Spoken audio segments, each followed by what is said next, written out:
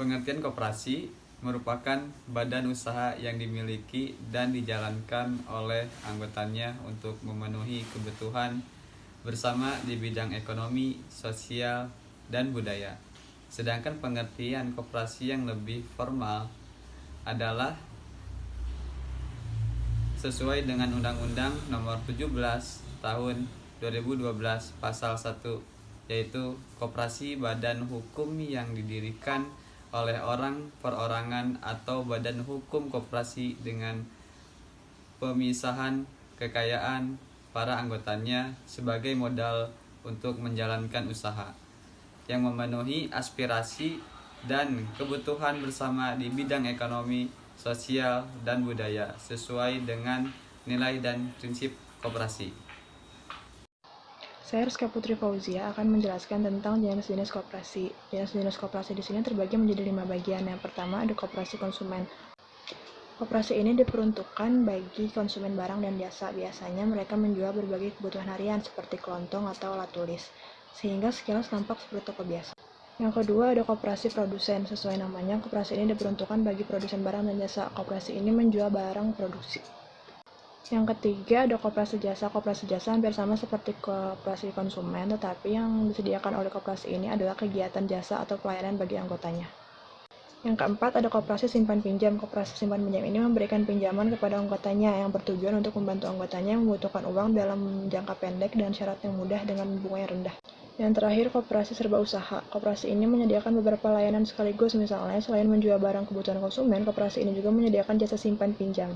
Bismillahirrahmanirrahim. Saya Dandi Febriansyah akan melanjutkan dan menerangkan materi hak dan kewajiban anggota koperasi. Saat menjadi anggota koperasi, otomatis dia akan mendapatkan hak dan kewajibannya. Hak dan kewajiban anggota koperasi diatur dalam pasal 20 Undang-Undang Nomor 25 Tahun 1992. Kewajiban anggota koperasi adalah sebagai berikut. 1. Memenuhi anggaran dasar dan anggaran rumah tangga koperasi dan semua keputusan yang telah disepakati bersama dalam rapat anggota.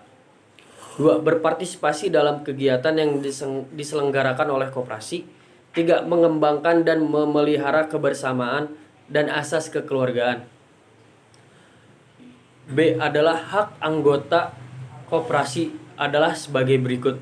1. Menghadiri dan menyatakan pendapat dan memberikan suara dalam rapat anggota.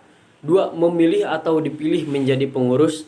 3. Meminta diadakan rapat anggota menurut ketentuan-ketentuan dalam anggaran dasar. 4. Mengemukakan pendapat atau saran-saran kepada pengurus di luar rapat anggota, baik diminta ataupun tidak diminta. 5. Memanfaatkan koperasi dengan mendapatkan pelayanan yang sama antar sama anggota. 6. Mendapatkan keterangan mengenai perkembangan dan menurut ketentuan dalam anggaran dasar.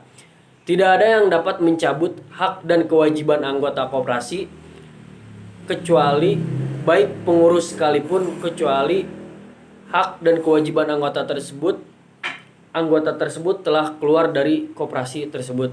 Sekian penjelasan dari saya. Prinsip koperasi. Menjalankan koperasi berbeda dengan menjalankan usaha biasa karena ada prinsip-prinsip yang harus dipenuhi. Prinsip-prinsip itu adalah 1. Keanggotaan bersifat sukarela dan terbuka. 2. Pengawasan oleh anggota diselenggarakan secara demokrasi. 3. Anggota berpartisipasi aktif dalam kegiatan ekonomi koperasi. 4. Pemberian balas jasa sesuai modal. 5. Koperasi merupakan badan usaha swadaya yang otonom dan independen. 6. Koperasi menyelenggarakan pendidikan dan pelatihan. 7. Koperasi memperkuat gerakan dengan kerjasama. Oke, di sini saya akan menjelaskan tentang model koperasi. Model koperasi ini dibagi menjadi dua, yaitu ada model internal dan ada model eksternal. Model internal ini terdiri dari simpanan pokok, yaitu simpanan yang dibayar ketika pertama mendaftar sebagai anggota dan jumlahnya sudah ditentukan. Lalu ada simpanan wajib, yaitu simpanan yang wajib dibayarkan setiap bulan dan jumlahnya sudah ditentukan. Simpanan ini tidak bisa diambil saat masih menjadi anggota. Lalu ada simpanan sukarela. Simpanan sukarela ini sifatnya sukarela dan bisa dibayar berapa saja.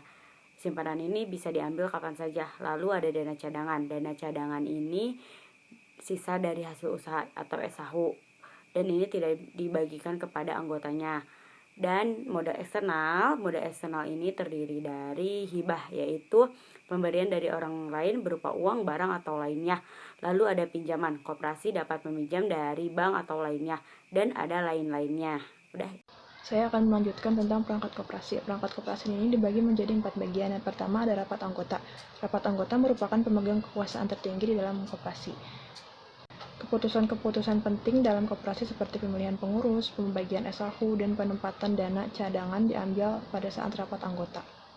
Yang kedua ada pengurus. Untuk menjalankan koperasi diperlukan beberapa orang yang bertanggung jawab melakukannya. Orang-orang tersebut ini sebagai pengurus dan bertugas menjalankan koperasi secara umum. Yang ketiga ada pengawas. Untuk mencegah adanya kecurangan dalam pengelolaan koperasi, kinerja pengurus akan selalu diawasi oleh pengawas. Yang terakhir ada pengelola. Pengelola bertugas menjalankan usaha koperasi sesuai arahan dari pengurus. Pengelola sering juga disebut sebagai manajer. Struktur organisasi koperasi. Struktur internal organisasi koperasi yaitu perangkat-perangkat koperasi tadi memiliki kedudukan di dalam struktur organisasi koperasi, yaitu sebagai berikut: rapat anggota, pengawas, pengurus, pengelola, usaha, dan anggota. Struktur eksternal organisasi koperasi. Koperasi seringkali bergabung dengan koperasi lain yang sejenis untuk memudahkan berbagai keperluan mereka. Misalnya, untuk mendapatkan pelatihan, tambahan modal, maupun keperluan lainnya. Alasan lainnya adalah untuk memperbesar cangkupan wilayah dan anggotanya. Ketika sebuah koperasi didirikan dan anggota telah minimal 20 orang, maka koperasi itu disebut sebagai koperasi primer. Jika ada minimal 4 koperasi primer yang sejenis di suatu daerah, maka koperasi-koperasi tersebut dapat bergabung menjadi koperasi pusat yang berkedudukan di tingkat kabupaten atau kota. Jika ada minimal 3 koperasi pusat yang sejenis di suatu daerah, maka mereka dapat bergabung dan menjadi koperasi gabungan yang berkedudukan di tingkat provinsi. Jika ada minimal 3 koperasi gabungan yang sejenis di suatu daerah, maka mereka dapat bergabung dan menjadi koperasi induk yang berkedudukan di tingkat nasional. Struktur yang menggambarkan hubungan satu koperasi dengan koperasi lainnya, yaitu sebagai berikut. Ada koperasi induk, dibagi menjadi 3, yaitu ada koperasi gabungan, dibagi 3 lagi menjadi koperasi pusat, dan dibagi 3 lagi menjadi koperasi primer.